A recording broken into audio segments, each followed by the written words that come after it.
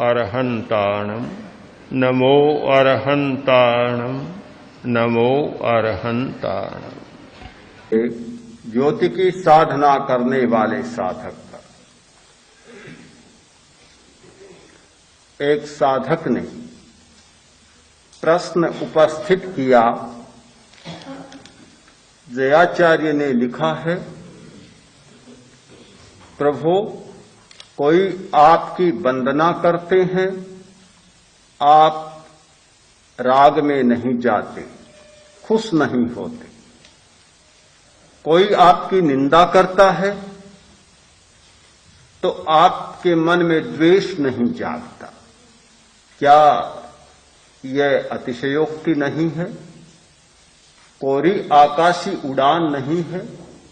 क्या यह संभव है कि आदमी प्रशंसा करने पर, वंदना करने पर हर्ष में न जाए और निंदा करने पर गलानी से न भर जाए, चाहे बाहर प्रदर्शित न करे, पर अंतःकरण में राग और द्वेष की ऊर्मी न जागी? क्या यह मनुष्य के लिए संभव है? कोई भी मनुष्य शायद ऐसा नहीं मिल सकता जो इसका अपवाद हो। तो फिर यह अध्यात्म की एक अतिशयोक्ति है। हर बात को बढ़ा चढ़ाकर कहने में अध्यात्म किसी से पीछे नहीं। बहुत बातें बढ़ा चढ़ाकर लिखी गई। प्रश्न बहुत स्वाभाविक है।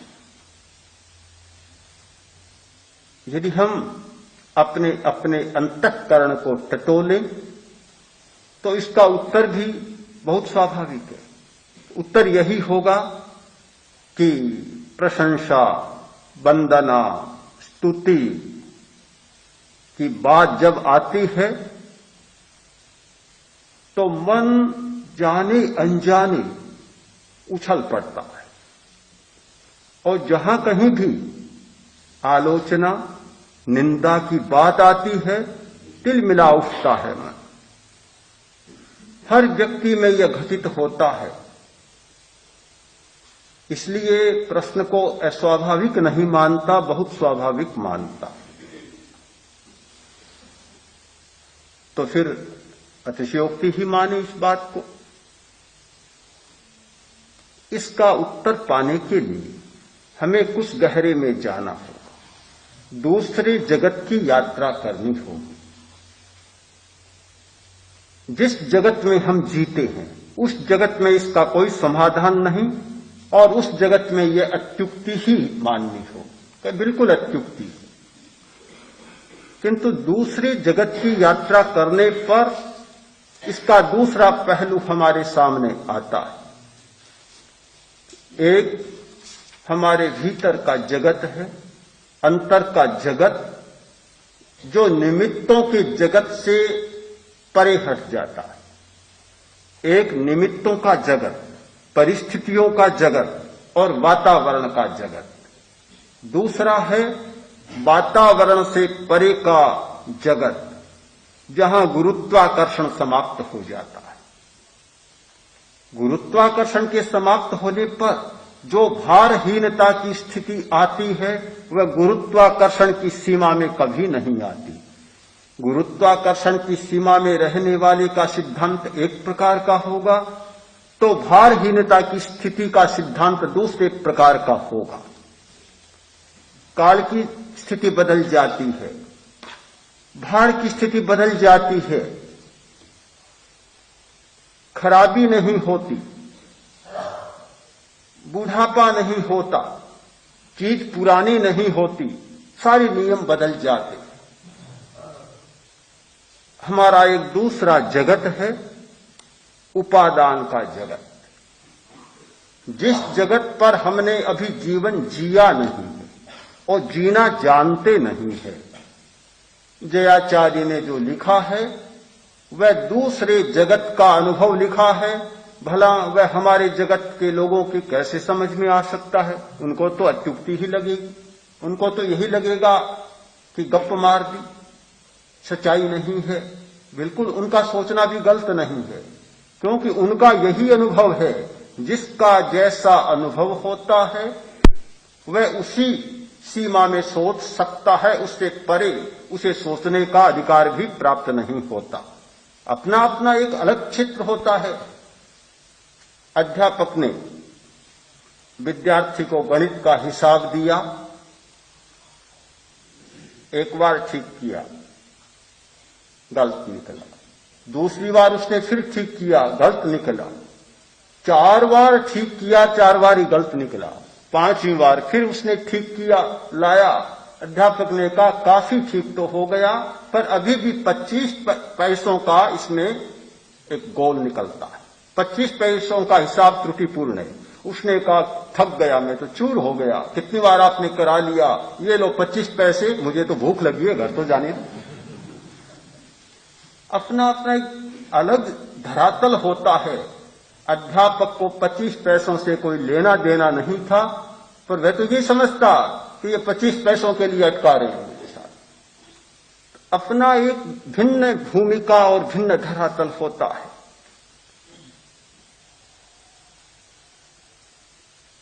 वंदना होने पर खुशी नहीं होती और निंदा पर नाराजगी नहीं होती। ये कब संभव है?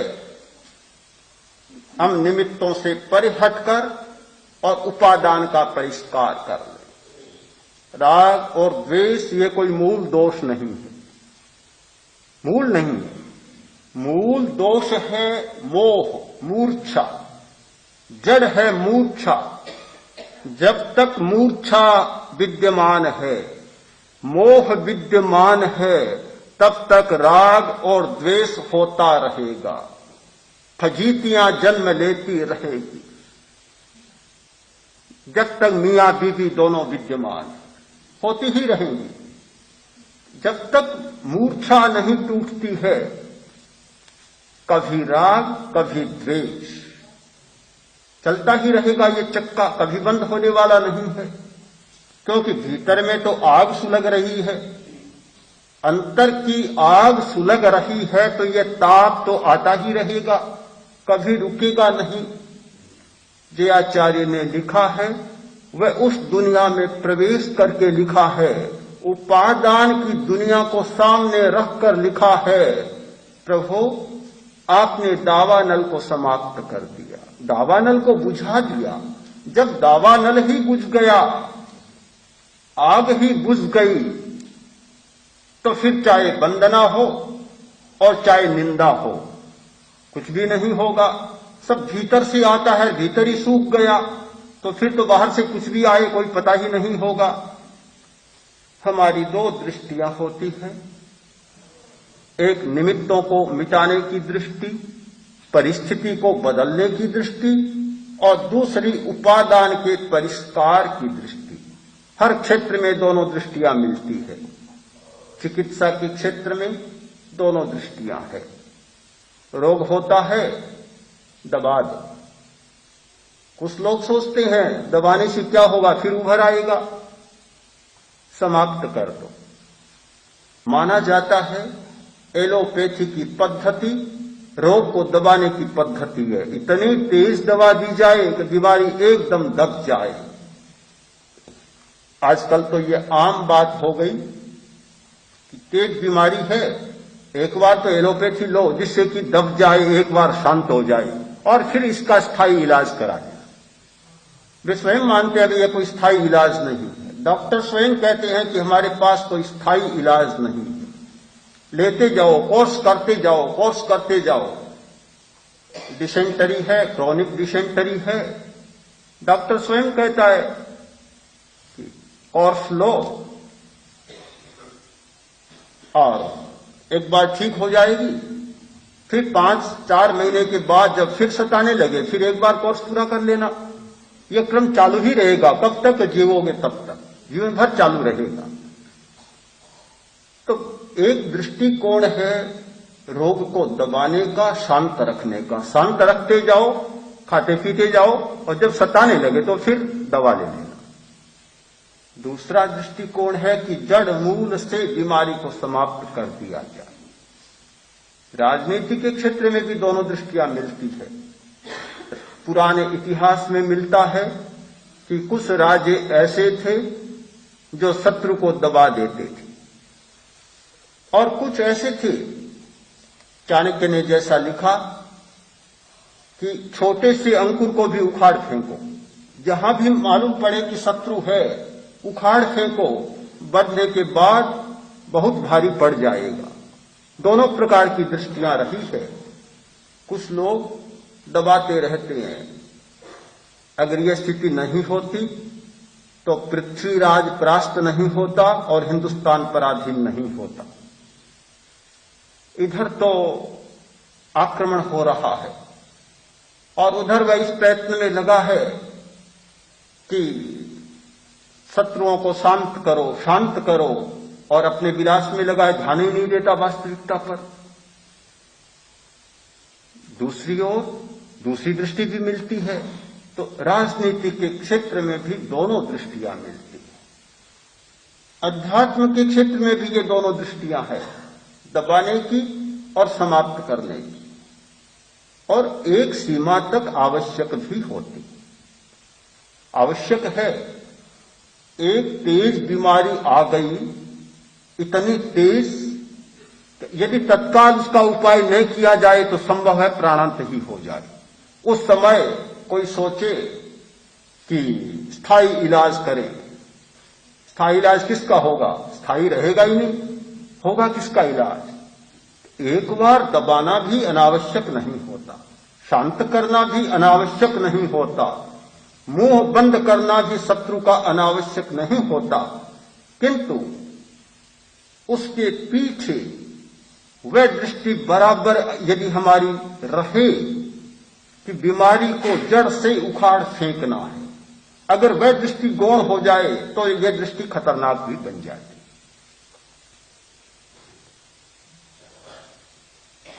जयाचार्य ने लिखा है, प्रभु आपने दो रास्ते अपनाए, एक शांत करने का और दूसरा समाप्त करने का। समाप्त करने का, राग द्वेष जब जब उभरे आप शांत करते चले गए, किंतु दूसरा रास्ता था समाप्त करने का, मोह को उखाड़ फेंकने का। ये दो रास्ते होते हैं। आपने पहले तो रास्ता अपनाया एक सीमा तक, किंतु बाद में जब दो रास्ते साफ हो गए तो आपने वह रास्ता लिया जो समाप्त करने का रास्ता है।